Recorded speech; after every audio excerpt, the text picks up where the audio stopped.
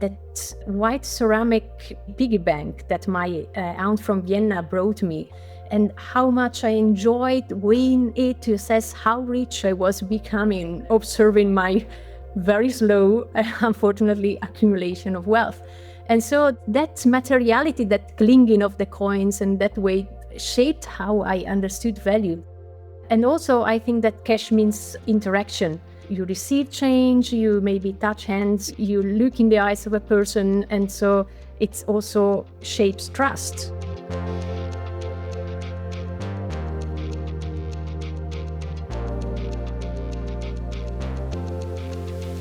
Welcome to Season 2 of Our Long Walk, a podcast series about South Africa's past, present and future.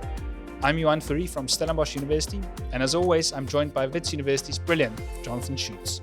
With Johan's expertise in economic history and my expertise in historical sociology, we are excited to interview world-leading academics who ask compelling questions about our country, our continent, and the ideas shaping the world around us.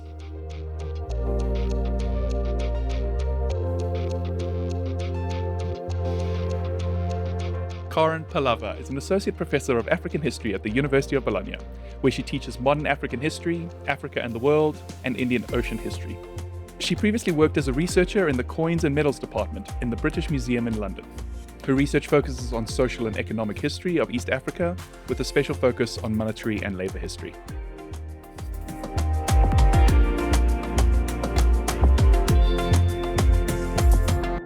Welcome, Karin. It's lovely to have you here with us. Thank you very much. Thank you for the invitation.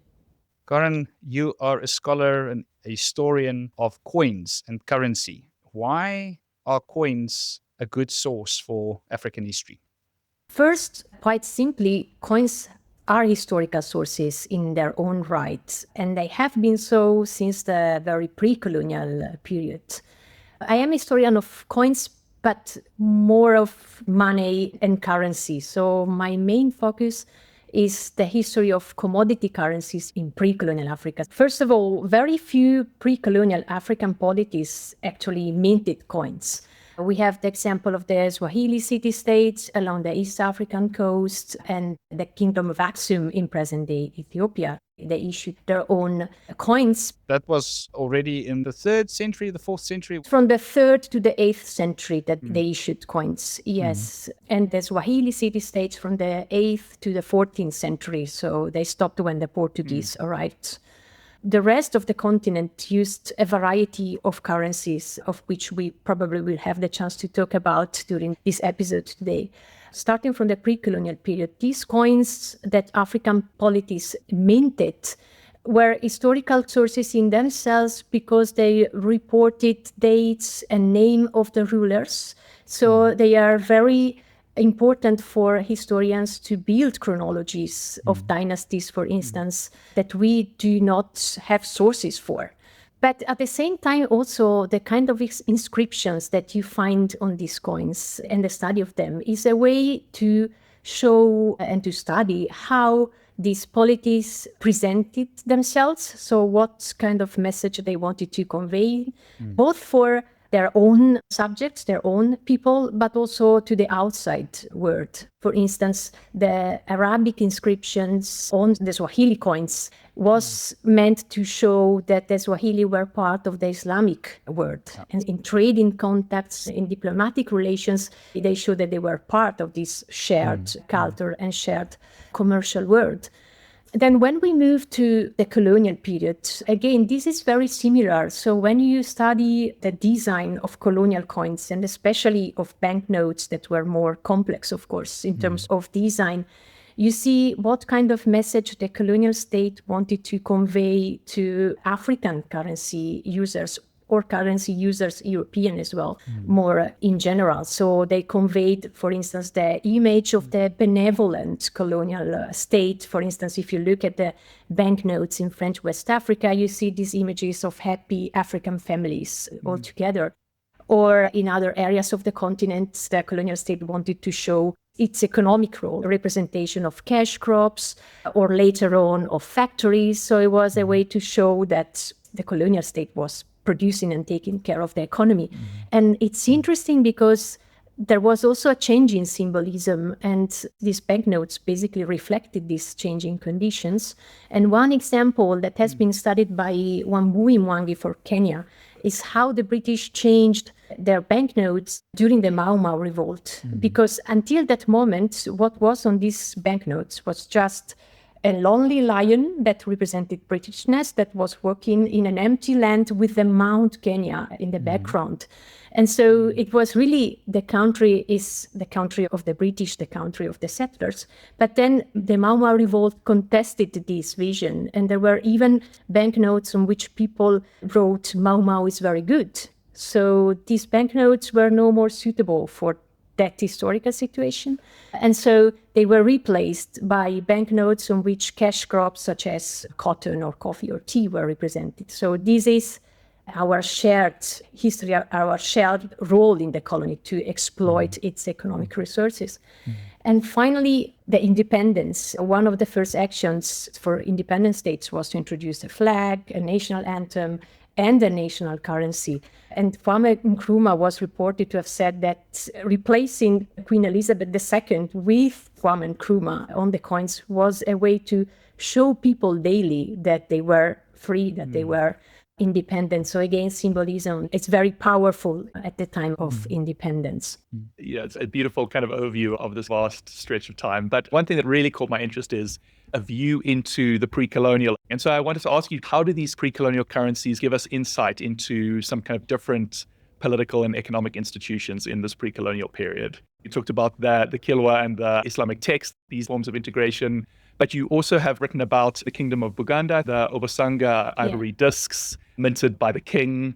What kind of insights do we get into political and economic institutions that we might not have otherwise if we weren't paying attention to currencies?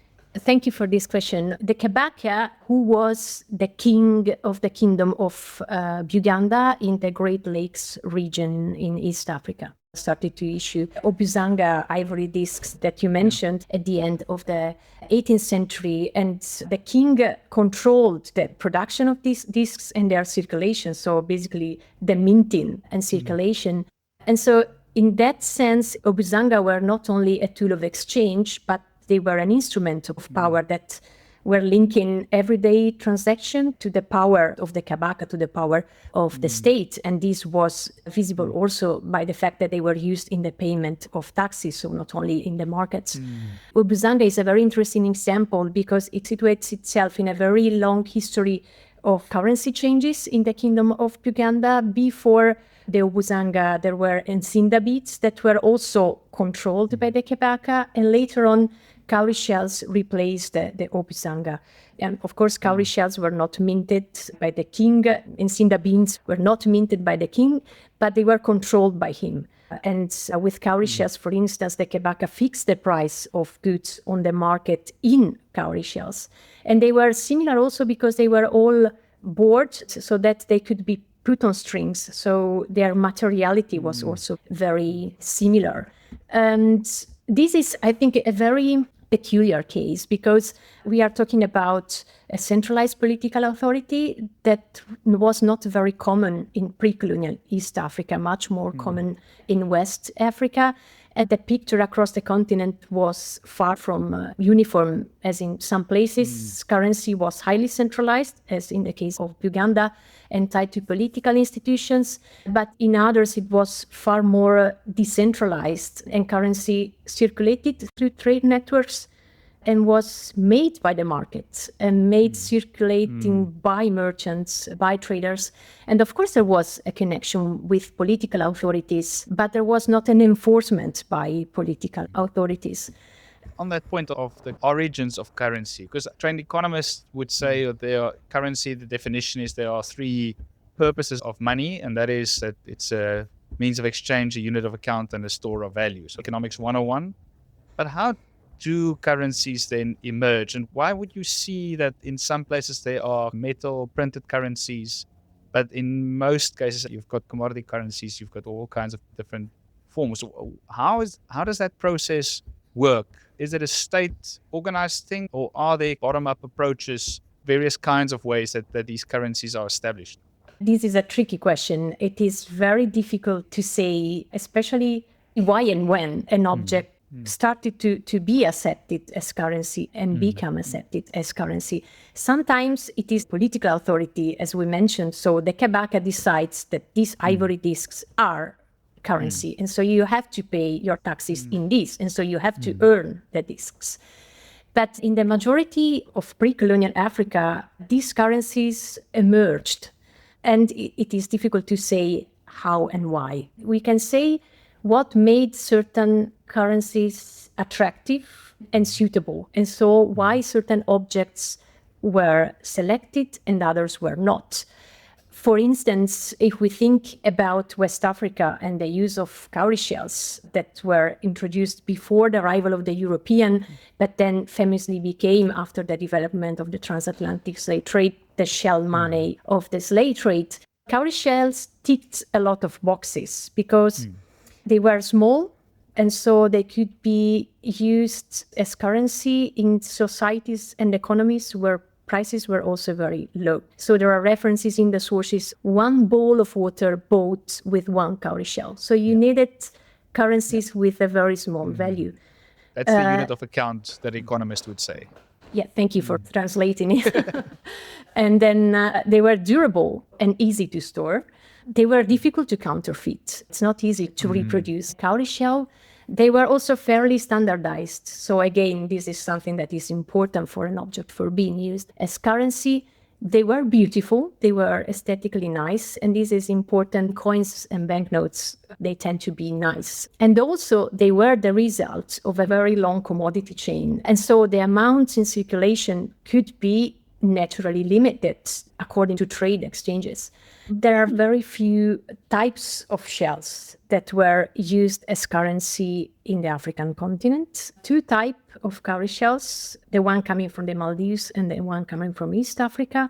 And then there was another type used in the Kingdom of Congo, so present-day Angola. And the shells that were used as currency were not available in the places where they were used as currency. So it was not that you could go to the beach, pick up cowrie shells and use them as currency, because these shells were coming from very far away. So in the case of West Africa, they were coming from East Africa or the Maldive Islands, so the Indian Ocean. In the case of the Buganda Kingdom, they were coming from the East African coast, but the Buganda Kingdom was very far away from the East African coast, especially before the building of the railway. So porters with sacks of cowries on their shoulders had to bring the cowrie shells from the coast to the Kingdom of Buganda, and it took several months. So this was what made these shells suitable for being used as currency. And the same happened with glass beads that mainly came from Venice in East Africa, that had more or less the same role that cowrie shells had in West Africa. Another point that should be taken into consideration is the fungibility of these items. If you think about metal rods, for instance, they were used as currency, but then they were transformed into agricultural tools or arms as well.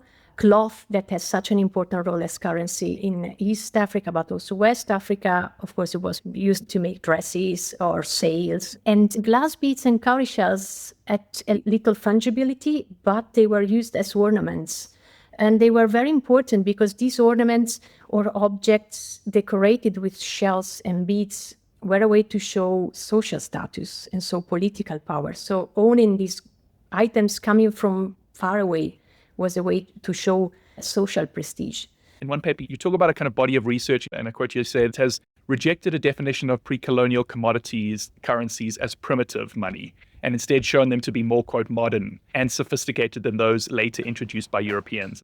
How do these commodity currencies contrast with these European currencies? What offered a certain sophistication to them that you highlight here? The research said maybe the European currencies didn't have. Yeah, still in the 1950s, African commodity currencies were defined by ethnographers, because it was ethnographers who studied African monetary systems, as primitive or as pre-modern, as inefficient, as well as pre-monetary. And this is the kind of view that European colonizers inherited, because they were convinced that European money represented progress, that was a step towards that civilization that they used to justify the colonial project that they assumed that money was money. And so given that they had the superior money, Africans would have used it just because it was better.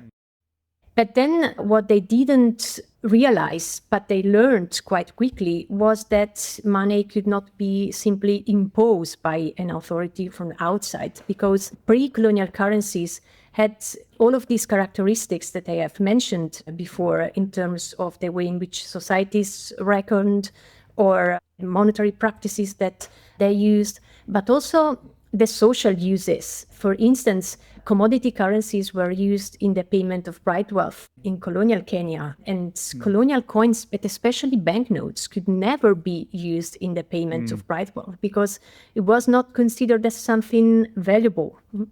Also, in terms of the materiality, the Europeans did a lot of mistakes because they didn't know that, for instance, aluminium corroded in the tropical climate. So they introduced these aluminium coins, and after a short while, they were no more recognizable as coins. It was also an issue of trust. People did not trust these coins. One reason was that they were issued by an authority that they did not recognize, and it was not something that was accepted and recognized as currency by the society.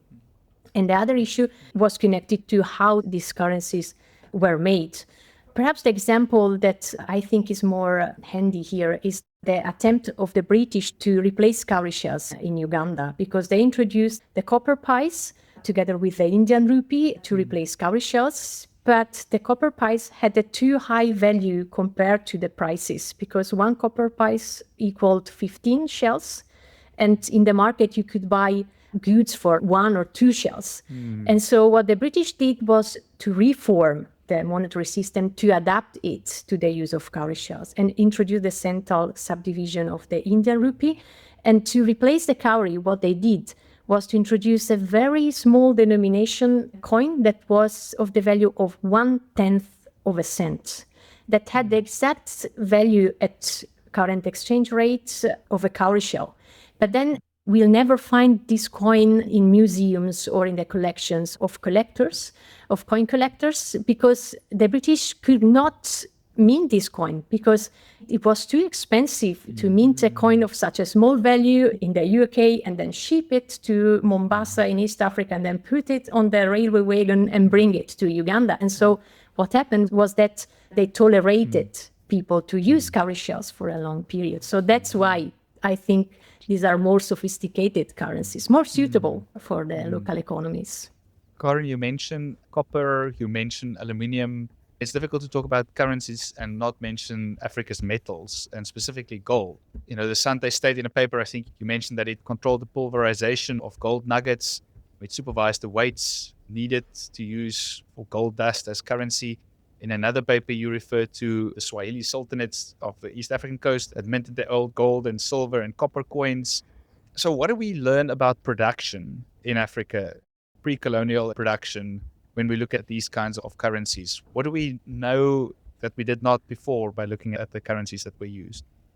When we think about coins, but also commodity currencies, I think that we can get a sense of how much African societies were connected to each other through commercial exchanges. And in this, I think the work of archaeologists or historical linguists is very useful because they allow to trace how these currencies circulated, because actually I think that currency is one of the objects that circulates more because it is made circulating by the state, but also by traders and by the people who use them. And so I think that you can see connections, especially in the pre-colonial periods, across areas within the continent that we generally think about as separate areas. And also the global connections of the African continent in the pre-colonial period, because we see imported items that were circulating, but also we find Aksum coins or Swahili coins in different places or of the Red Sea region or the Indian Ocean. So in that way, we can see the connection. So I think that, to use a word to reply to your question, I think that we see connections. What are these kinds of networks of exchange? Is there a picture of kind of regional and cross-regional integration through these circuits of money? Or what is the picture of interconnection? Obviously, this changes all the time and over time, but can you sketch anything for us? I think this is my big project for the future, because now I have been studying the history of money and currency for a long time. And I think that combining different disciplines is a way to, as I said, archaeology, but also history, historical linguistics, is a way to build these trade networks across the continent and beyond the continent. It is difficult to trace them because they changed over time. We have very few sources, so materiality and material evidence, I think, is very important in this sense. Karin, we're South African, but we talk a lot about West Africa and East Africa here. Where does South Africa feature in this story? Did South Africans trade in these networks? I suspect that these are East African networks. We know you mentioned the Swahili coast, Kilwa being a center there. How far did those trade networks extend into Southern Africa? There were, of course, connections, and also in the ways in which certain types of currency circulated. For instance, glass beads did circulate in Southern Africa as well, a lot. And there has been recently a lot of work on the history of glass beads in Southern Africa. Also, I see in this sense a connection that is also a difference with West Africa, that is the importance that is attributed to cattle as not as a currency, but rather as a store of value, and the use of cattle, for instance, in bride wealth payments. And I think that this relevance of cattle is connected to the fact that cattle was not just one currency among many other, but it was also connected to social status, to these marriage payments. And this is something that we do not find in West Africa, or very rarely. And this connection is also evident, and I think this is something that needs more study about the impact that the Rinderpest in the 1890s had in Eastern and Southern Africa, because there was this connection with this currency that was a store of value, but was also important because it was wealth that reproduced itself and generated status. And so the Rinderpest had such a disastrous effect on the economies of both Eastern and Southern Africa. You talk in some of this work about the multiplicity of monies. And being an ignorant layperson, I had thought a unitary currency is the thing to do. And just imagining that having a unitary currency does produce some kind of collective coordination or something like that would be ideal. But your work discusses how there's always been this multiplicity in African money, and how even when colonial rule tries to impose its monetary system, there still remains this kind of multiplicity. So could you tell us a little bit about how does multiplicity arise? Why does it endure, even when a central power is trying to standardize? Your idea is exactly what colonial administrators thought, that they could level down all the differences they found and that they could introduce a unified, homogeneous currency. I'm joking. But I think that this multiplicity is not really a sign of weakness or confusion. It was a feature of African monetary history over the long durée. And I think there are several reasons why this multiplicity arises and endures. The first one is that different currencies performed different functions, often in a complementary way. In the pre-colonial period in East Africa, for instance, glass beads were used as market currencies, whereas imported cloth was used to buy export commodities such as ivory or enslaved people, and cattle was used in bride wealth payments. So they performed different functions in a complementary way.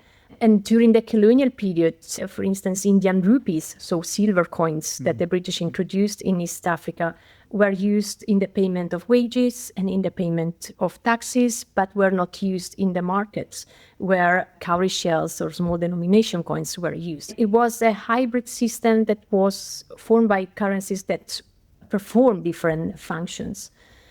Another, I think, explanation is that this multiplicity reflects what we were saying before, the diversity of African economies and political structures, and how they interacted with each other in the pre-colonial period. So the need to have multiple currencies and the negotiation that were done to make this different currency system overlap. And Finally, as an interpretation during the colonial period on which I have worked quite a lot, colonized people continues to use multiple currencies because it was convenient for them, because they needed currencies such as cowrie shells that we have mentioned to do certain types of payment, but also because cowrie shells were used, for instance, in rituals. They were offered in shrines, for instance. They were used to decorate objects. So they had also this value that could not be replaced by the homogeneous currency imposed by the colonial state. And this created economic niches of economic autonomy that escaped the control of the colonial state and ultimately showed the limited reach of the colonial state. So it's also a way to see forms of resistance on the part of the colonized people that is not the resistance with the capital R, as Fred Cooper calls it, and no military or political resistance, but the resistance in the everyday practices and everyday use of currency. So multiplicity was there because it worked well, I think. Karin, let's move distant history into the more present period. One of the things that struck me recently about reading, I was asked to review a book called Money, which purports to be a global history of currency. And yet Africa features basically as bookends. At the very beginning, when bones discovered in the Congo, and then at the very end when M-Pesa and the kind of more recent digital mobile payments are mentioned. So is there something about your research on historical currencies that help us understand the introduction of mobile money and its success? This is a difficult question, but I will try to answer from the point of view of a historian.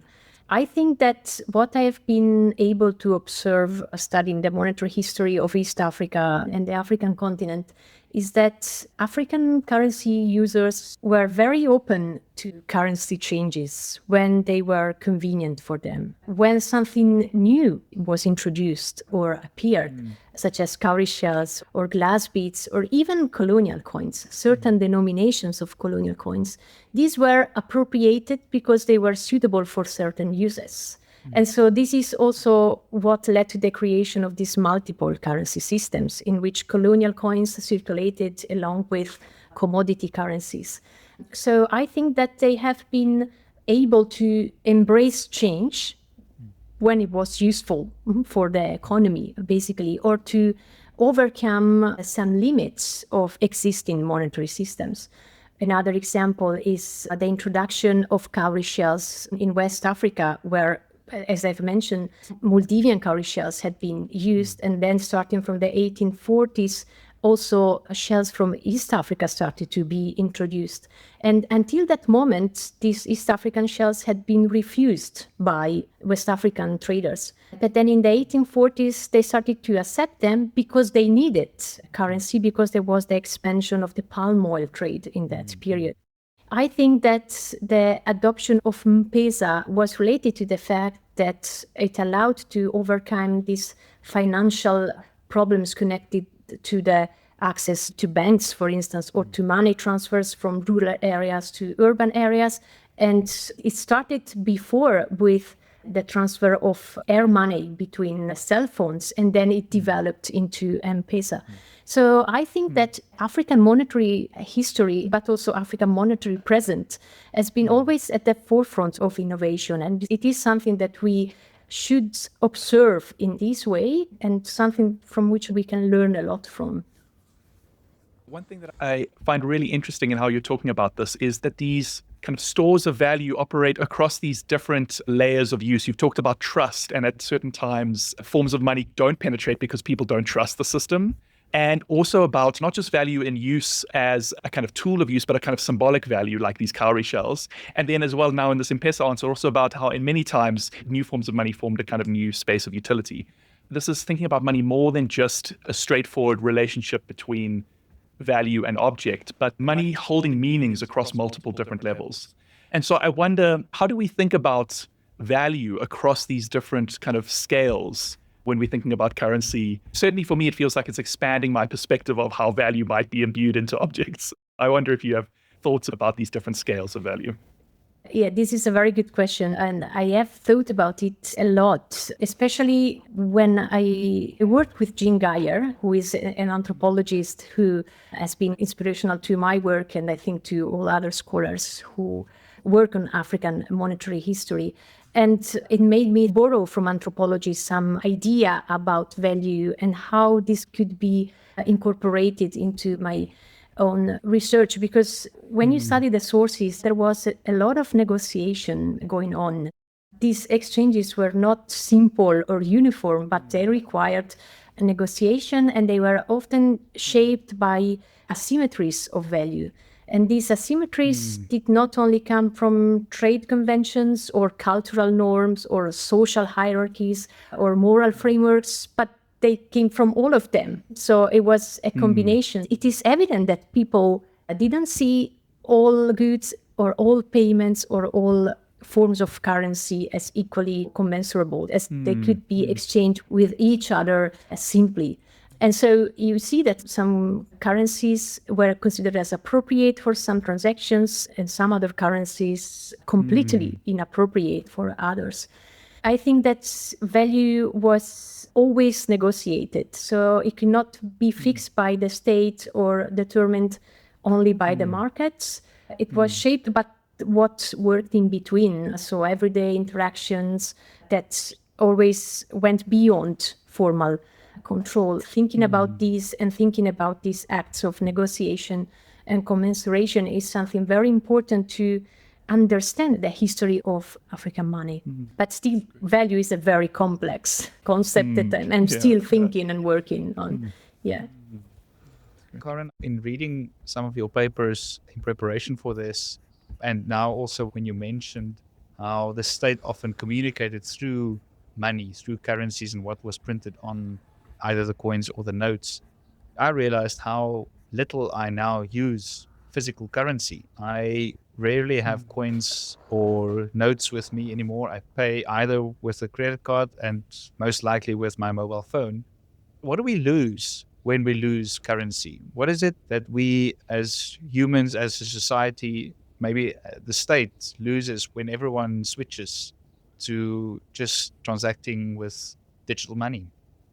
So starting from human beings and the society, this is something I have been thinking about a lot, because I think that there are now many children who never touch money, never use. I think my 3-year-old son has never actually seen a note. Yeah. And that this is a very big difference with the past and how we have grown up, because the materiality of money has been central to its uses.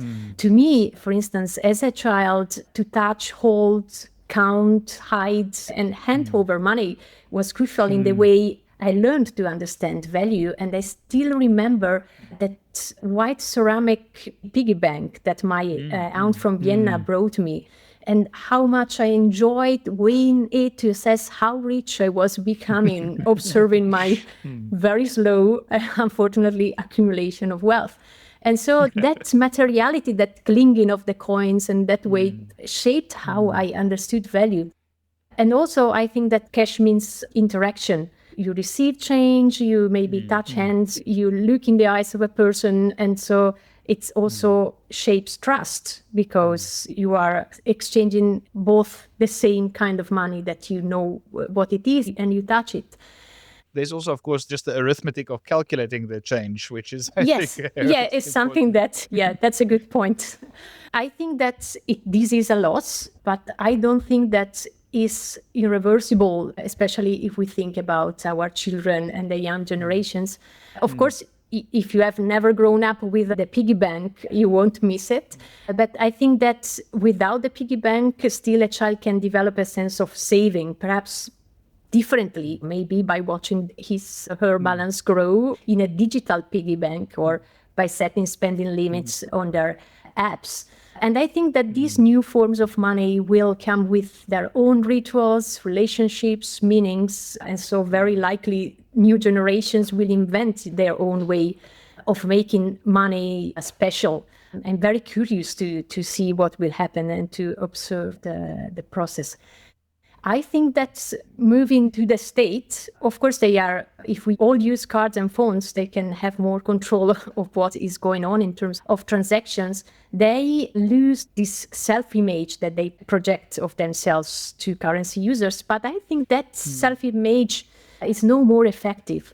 When I teach monetary history to my students, I ask them, do you know what is represented on euro banknotes? And in a class of like 100 students, there is just one or two that know that on euro banknotes, what is represented is bridges with different architectural ways that represent different historical periods. But the meaning is that Europe unites European nations. And they don't know because they don't look at banknotes. They just see and use them, but they don't look. So probably the state won't lose that much. I really love how across many of these different answers, in many different ways, you are so attentive to money in use, interaction. You talk about your work with Jane Geyer, who you've just talked about, and her work in anthropology and your work in history and working together. And I wanted to ask, how has anthropology shaped your thinking in a kind of historical mode? Thinking about African history, what should we perhaps pay more attention to, insights or perspectives that came out of this collaboration for you? This is a tough question. I think that what I learned from working with Jane, I think, is the attention to multiplicity of which you have talked about. She really observed multiplicity from the past to the present to the future as well. And also from anthropology, as I've mentioned, the idea of value and how it can be used to study the African monetary history. I think that also the reverse is true, because working with Jane taught me how much history is also important for anthropology and can enrich anthropology. So I think it can be mutual benefits, because anthropologists sometimes, of course, rightly, but they focus intensely on the present. And I think that many of the ways people use and think about money today are shaped by centuries of interaction, experimentation, and negotiation. Without a long historical view that goes beyond before the colonial period, I think we miss those deeper continuities. And for the two of you, what can I say? I think that looking beneath the surface of monetary systems in the past and today is something that is relevant, because of course, we tend to be drawn to formal institutions, to means, treasuries, exchange rates, government policies when we think about money or the impact on the society or these institutions. So with a top-down approach. But I think this is just part of the story, because when you pay attention to the practice and so how people actually use, adapt, also resist money, I think it opens up new analytical possibilities. And also it helps us to see how power operates informally, but at the same time, and again, we go back to trust here, how trust is built or lost, and also how inequality is reproduced or challenged by these practices on the ground. So, Karin, we have this tradition of using Suno to generate a song about our guests' research. And so what I did was to compile several of your papers, ask ChatGPT to compile that into a poem and some lyrics. And I'm not going to play the full song now, but for listeners, if you want to listen to the full song, we'll play it at the end of the podcast. Here goes.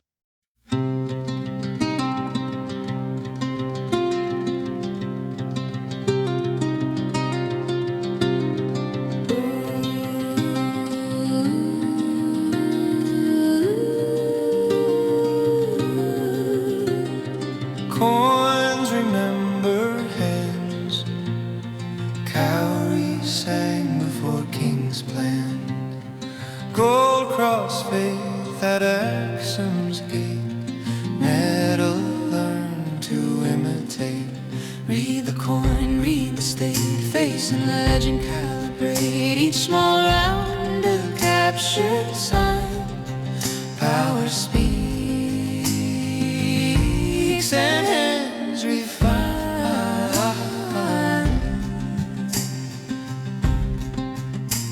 Eritrea's matron, palm in bloom, gave way to Roman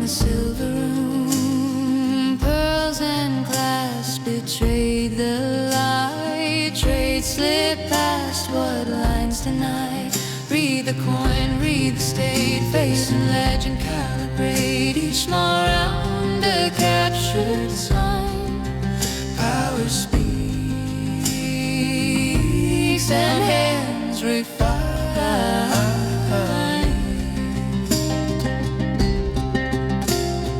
Freedom melted in the city sound. Cowries rose from the underground. Names of dawn, of place of grace. Nations minted in the face. Read the coin, read the state, face and legend, calibrate each small round a captured sign. Power speaks and hands refine.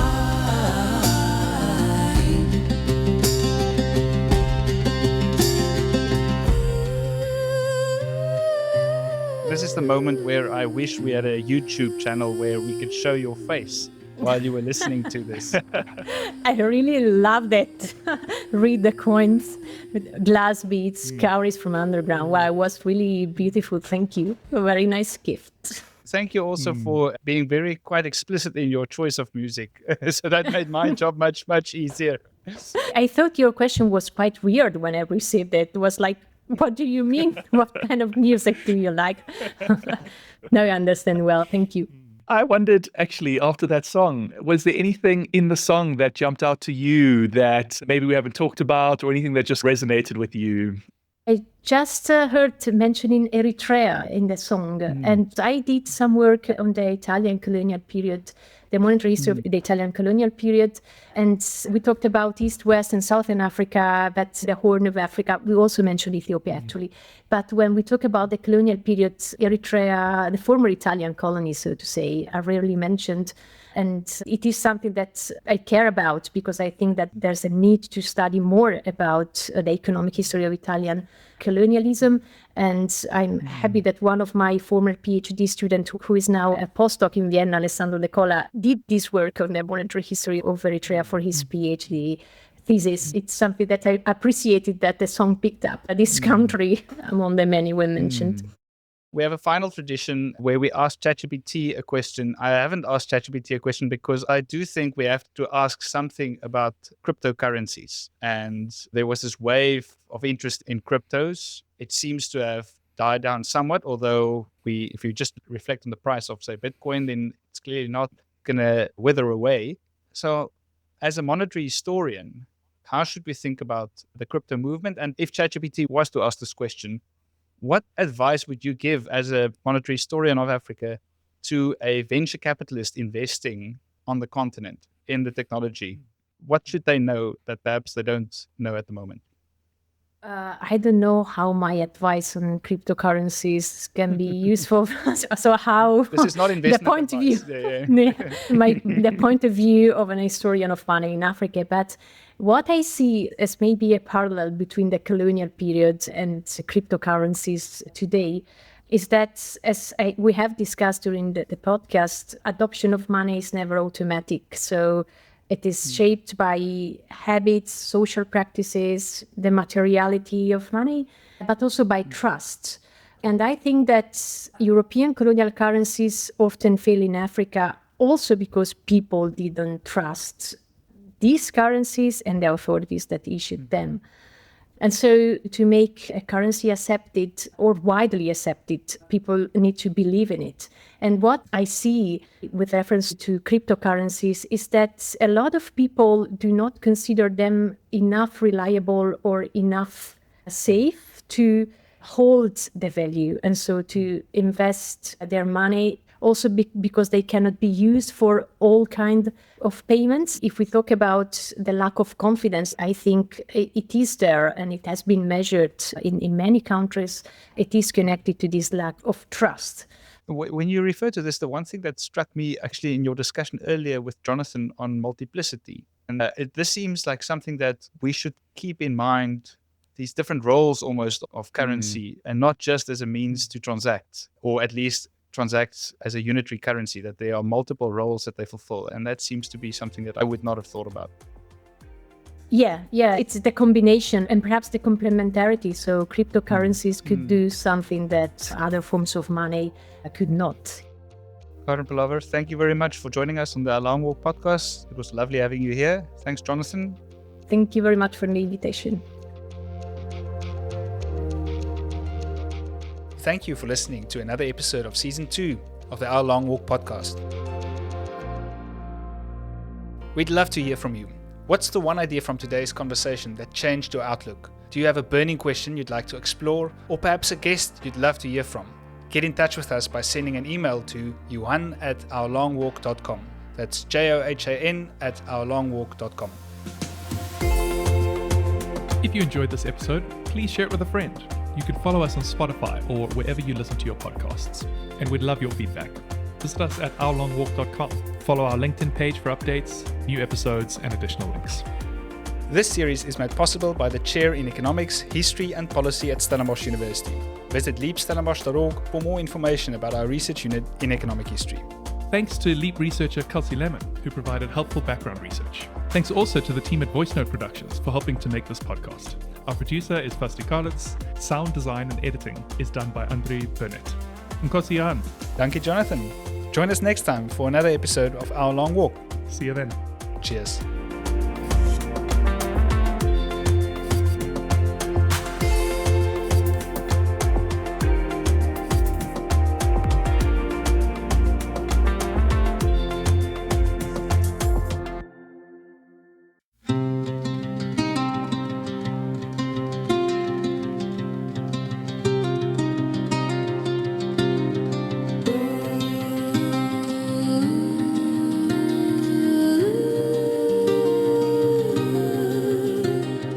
Coins remember hands.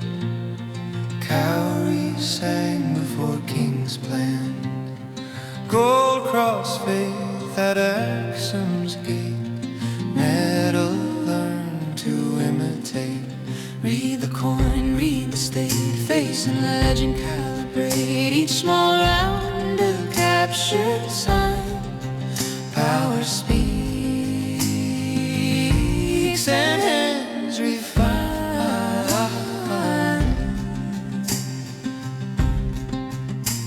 Eritrea's matron, palm in bloom, gave way to Rome in the silver room. Pearls and glass betrayed the light. Trade slipped past what lines deny. Read the coin, read the state, face and legend, calibrate each small round a captured sign. Power speaks and hands refine.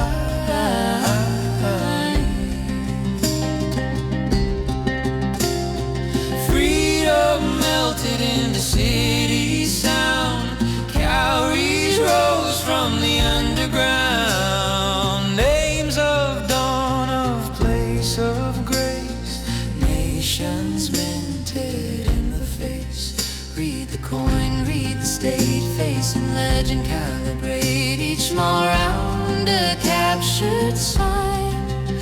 Power speaks and hands refine.